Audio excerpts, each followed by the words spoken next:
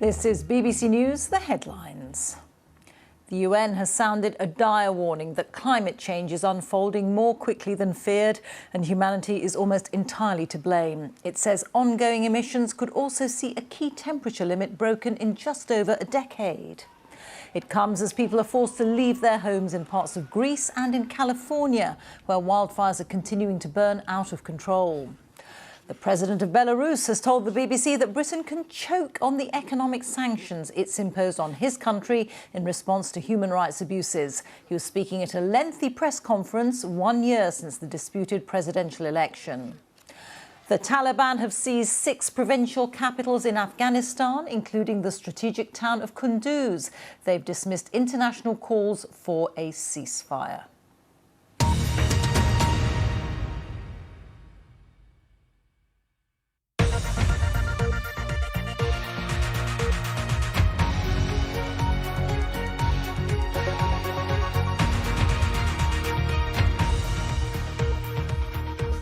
Hello and welcome to our look ahead to what the papers will be bringing us tomorrow. With me are Lucy Beresford, who's a broadcaster and psychotherapist, and Joe Twyman, who's director of the polling organisation Delta Poll. Well, let's take a look at tomorrow's front pages, starting with the Metro, which leads on the UN climate report, which calls it the starkest alert yet over the threat of human-led climate change and a code red for humanity. The Financial Times also leads on the report, which warns the world is likely to be 1.5 degrees warmer than pre-industrial levels in just 20 years if drastic action is not taken. The Guardian quotes some of the scientists involved in the report who say the global climate crisis is inevitable, unprecedented and irreversible. The Daily Mail also features the story and uses the same picture featured on a number of front pages of a victim of the Greek wildfires. It also covers another story on the cost of COVID PCR tests required for travel abroad and how they've cost up to 5 times as much as some flights. The Telegraph looks forward to tomorrow's A-level results that thousands of teenagers will be receiving. Experts predict the number of A's or A stars handed out could be higher than last year. And the Times reports on the news reported by BBC Panorama about the former Prime Minister David Cameron, who made around £7 million from the failed finance company Greensill. So let's start with the Financial Times, shall we? I mean, all the papers, of course, deal with this extremely sobering, stark report from the UN. Lucy, I wonder how you read the FT's story and the coverage generally, really, because to a certain extent, a lot of people have said, look, we knew this stuff. It's almost the way in which it's phrased. It's so worrying. Well, it's very stark. They pull no punches in this report. But the extraordinary thing is how the timing of this report happens to appear at exactly the same time as we are seeing here in the West some really horrendous images. Fires in Greece a couple of weeks ago, it was floods in places like Germany, Belgium, the Netherlands. They say that a picture tells 1,000 words. So you've got the report on the one hand and you've got these incredibly vivid images at the same time. And I think that's probably going to really start to tip the balance for any climate change deniers or skeptics, that actually this is real, that it's really urgent, but that actually there's quite a lot that we could be doing.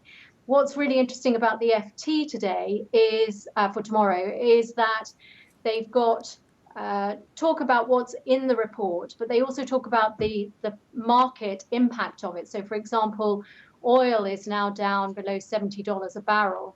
And that's partly because not just of Delta variant affecting Asia, but also some of the oil-rich nations who are actually pushing back on this report. The FT cites Saudi Arabia, for example, who perhaps wanted to water down some of the language.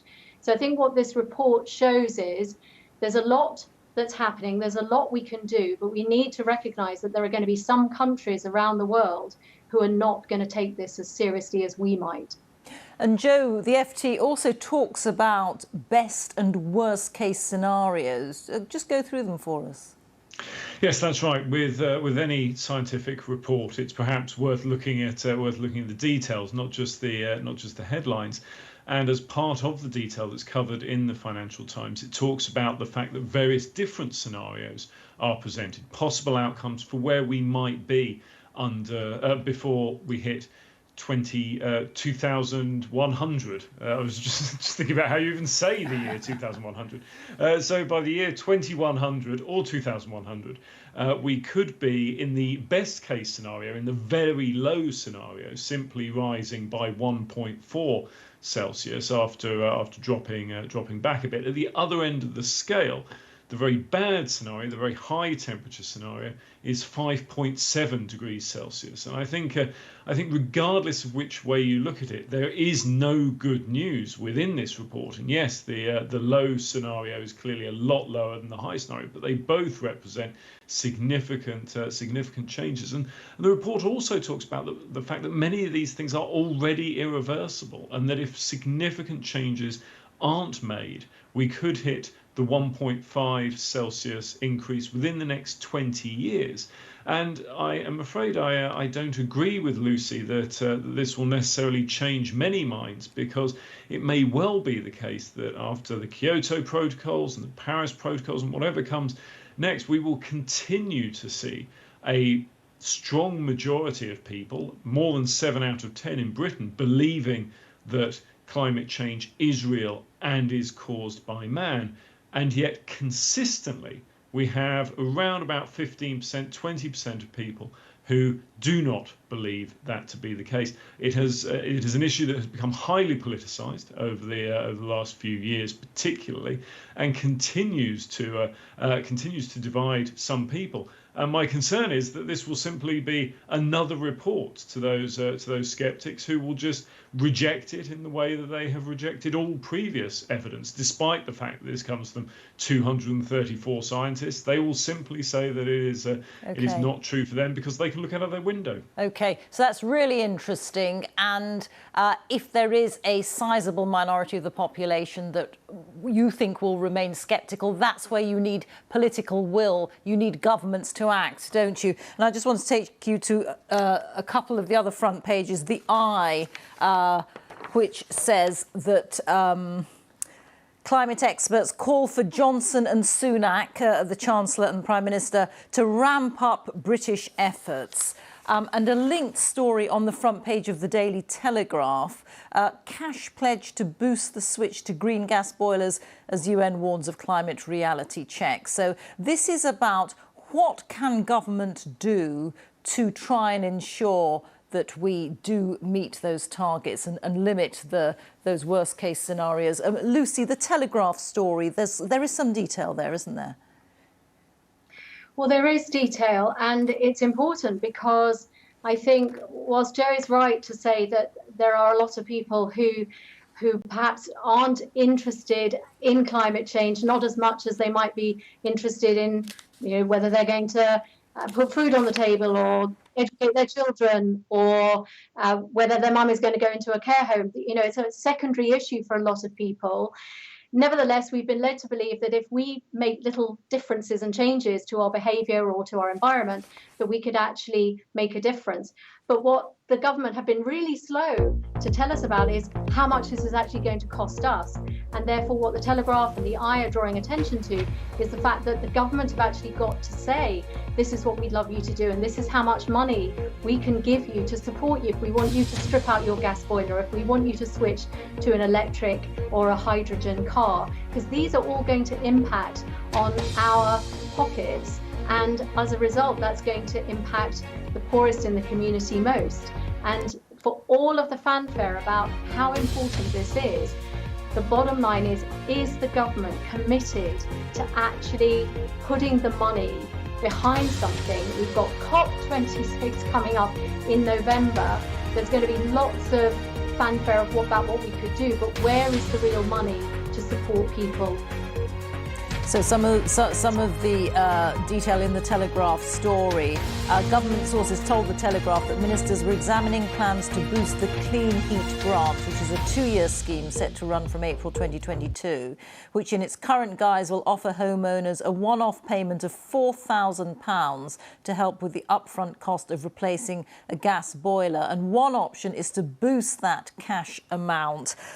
Joe, I mean, you introduced the idea of a sizable minority of people being sceptical about change. Do you think that cash up front is going to move those people?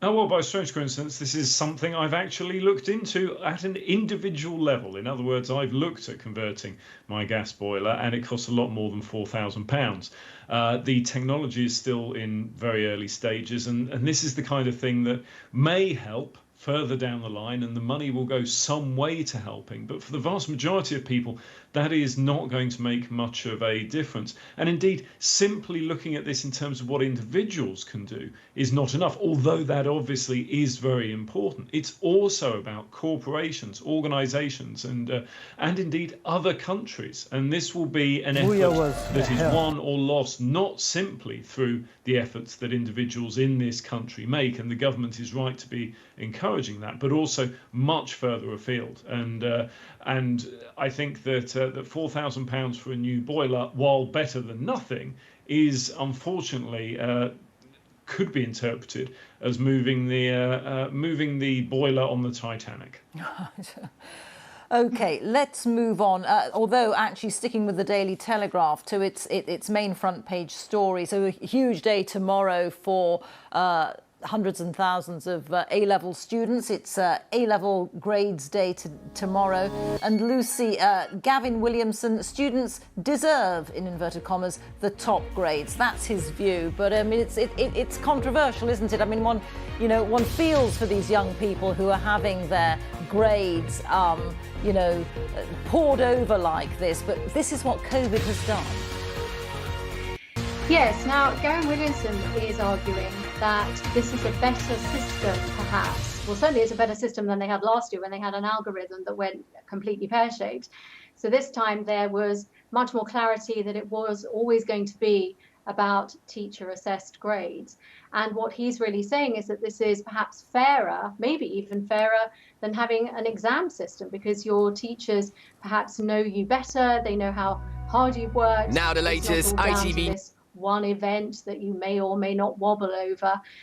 But the critics are basically sensing that Gavin Williamson is washing his hands really of this particular scenario. Yes, there are going to be people who will be disappointed, but the expectation is that actually there might be some grade inflation, and that's going to perhaps impact on people getting into the courses that they hope to get. There may be too many people with too many good grades to get into certain universities. And as a result, critics are saying that the government should have had a much firmer hand on the tiller here, that actually just leaving it to the teachers maybe wasn't sufficient. But it's hard to see what else they could have done, actually, because the algorithm situation last year was such a farce that in a way you needed to have something probably put in place by people who do know these pupils very well. And that, of course, is the teachers. Joe, can I take you to the front page of the Yorkshire Post? A local take on the same story. So they say no massive increase in grades, and this comes from one of their local universities. Yes, that's right. And we have actually varying reports about whether grade inflation is taking place or not.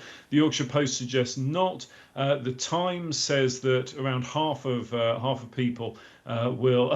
students taking exams will get either A or A star. And indeed, the Telegraph, as we've just talked about, has its own take on things. And really, it illustrates the fact that this is a mess. And unfortunately, as Lucy quite rightly said, there wasn't really much else you could do at a time when so many people were missing out on teaching and exams themselves. And so it's been an extraordinarily difficult 2 years for those people who will get their A-level results tomorrow. But I think there is an opportunity here to perhaps think about the way that we approach particularly grading and the timing of grades and the timing of exams and how that links in with university applications, because it could very well be the case that in future an adjustment is made to ensure that people get their grades before they start applying for university. And this provides the opportunity to do that. The question is whether the government will go for it. I imagine they probably won't. And so it may be that for years to come, we have similar discussions at this time of year every year. It is an issue that's been chewed over several times, isn't it? And successive governments have tended to sort of give up because of the idea of having to bring forward the whole timetable in order to get results out quickly enough.